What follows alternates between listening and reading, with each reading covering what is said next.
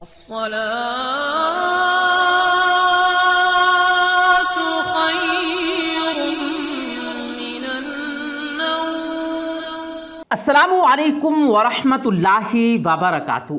پیارے دوستو، شام کے اندھیرے ہر سو چھا رہے تھے، چرند پرند اپنے اپنے مسکینوں کی جانب لوٹ چکے تھے، آسمان میں ہر طرف تاریکی پھیلی ہوئی تھی، ہر ذی نفس اپنا کام کاج ختم کر کے آرام کر رہا تھا، لیکن ایک شخص جو سب سے جدا تھا، جس کی سوچیں الگ تھی اور ان سوچوں کا مرکز خانہ کعبہ اور مدینہ منورہ تھا، اس کے دل میں ہر وقت خدا بستا تھا، وہ مشکلات سے کبھی نہیں گھبراتا تھا۔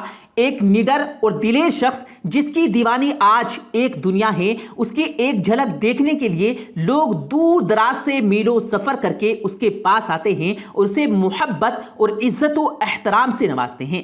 اس کا نام لینے پر لوگوں کی آنکھوں میں آنسو آ جاتے ہیں۔ خدا اس پر کس قدر مہربان ہے کہ اسے اپنے گھر کی زیارت کے لیے پیدل بلایا۔ اس کا جذبہ اس قدر بلند تھا کہ وہ لوگ اس کی طرف کھینچتے چلے آئے، اور وہ کوئی اور نہیں بلکہ شہاب بھائی ہیں۔ اللہ تعالیٰ نے اس کو اتنی عزت و اکرام سے اس لیے نوازا تھا کیونکہ اس نے دنیا کو چھوڑ کر خدا کا راستہ اپنایا، اس نے اپنے آپ کو خدا تعالیٰ کی راہ میں پیش کیا، اور اللہ نے پھر دنیا اس کے قدموں میں ڈھیر کر دی۔ وہ جس وقت اپنے گھر سے نکلا تھا اس وقت وہ تنے تنہا تھا، لیکن آج اس کے ساتھ ہزاروں کی تعداد میں قافلے موجود ہیں، لوگ جوک در جوک اس کا ساتھ دے رہے ہیں۔ اس سفر کو کرتے ہوئے اس کی راہ میں بہت ساری مشکلاتیں بھی آئی، جس کا سامنا شہاب بھائی نے بہت دیدہ دلیری سے کیا۔ وہ کبھی بھی کسی مشکل سے نہیں گھبرائے، جب کبھی بھی کوئی پریشانی آن گھیرتی تو وہ اللہ سے مدد کی دعا مانگتے تھے، کیونکہ کوئی بھی سفر مشکلات کے بغیر عبور نہیں کیا جا سکتا۔ ہر سفر میں رکاوٹیں ضرور پیدا ہوتی ہیں، اور اسی طرح سے شہاب بھائی کے سفر میں بھی بہت ساری رکاوٹیں اور مشکلات پیش آئی اور ان کا راستہ روکنے کی کوشش کی، لیکن انہوں نے ڈٹ کر ہر مشکل کا سامنا کیا اور اللہ رب العزت کی راہ میں آگے بڑھتے ہی رہے، کیونکہ انہیں اپنے خدا پر پورا یقین تھا کہ وہ اپنے حبیب کے صدقے ان کی پریشانیوں کو دور کر دے گا۔ دن کے وقت میں ان سے زیادہ سفر اس لیے نہیں ہوتا تھا کیونکہ لوگ جوک در جوک شہاب بھائی سے ملنے کے لیے آتے تھے۔ پولیس والے تو ان لوگوں کو منع کرتے تھے، لیکن شہاب بھائی نے کبھی کسی کو منع نہیں کیا تھا۔ وہ نہیں چاہتے تھے کہ کسی بھی انسان کا ان کی وجہ سے دل ٹوٹے، اسی وجہ سے وہ تمام لوگوں سے بہت محبت سے پیش آتے، اور ان کے ساتھیوں نے ان کو کئی بار کہا کہ لوگوں کی وجہ سے ہم لوگ دن میں بہت کم سفر پاتے ہیں، تو شہاب بھائی ان کو جواب دیتے، کوئی بات نہیں، جہاں ہمیں وقت ملے گا ہم زیادہ سفر کر لیں گے، لیکن خدا کے بندوں کو ہم ناراض نہیں کر سکتے۔ ان کی یہ باتیں سن کر ان کے ساتھی بھی خاموش ہو جاتے، کیونکہ وہ شہاب بھائی کی نیک نیتی سے بہت اچھی طرح سے واقف تھے۔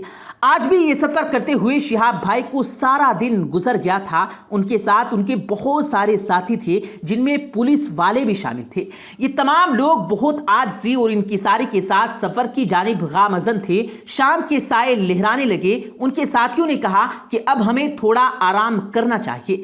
اس وقت شہاب بھائی اور ان کے ساتھی جس علاقے سے گزر رہے تھے یہ راجستھان کا علاقہ تھا۔ یہ ساری جگہ کافی سنسان تھی، یہاں اکثر و بیشتر علاقوں میں آبادی بہت کم تھی، تو اسی وجہ سے سفر اچھے سے ہو جاتا تھا اور بعض اوقات پریشانی کا سامنا بھی کرنا پڑتا تھا۔ شہاب بھائی اور ان کے ساتھیوں کو دور دھوئیں کے مڑکولے اٹھتے نظر آئے۔ ان میں سے چند ساتھی بولے کہ ہو سکتا ہے کہ وہاں کوئی آبادی ہو، ہم آرام کر سکتے ہیں، تو شہاب بھائی اور ان کے تمام ساتھی اسی جانب چل پڑے۔ کافی دور چلنے کے بعد بھی جب اس جگہ تک نہ پہنچ سکے جہاں سے دھوئیں کے مڑکولے اٹھتے نظر آ رہے تھے تو انہیں بہت حیرانی ہوئی، کیونکہ دیکھنے میں وہ جگہ بہت قریب نظر آ رہی تھی اور ایسا لگتا تھا کہ پاس ہی کہیں سے دھواں اٹھ رہا ہو۔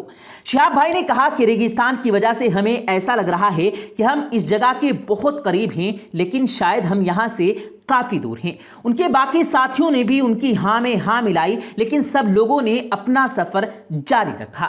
2 گھنٹوں تک لگاتار چلتے رہنے کے بعد بھی جب وہ اس جگہ تک نہ پہنچ پائے تو آپ سب کی تھکاوٹ محسوس ہونے لگی۔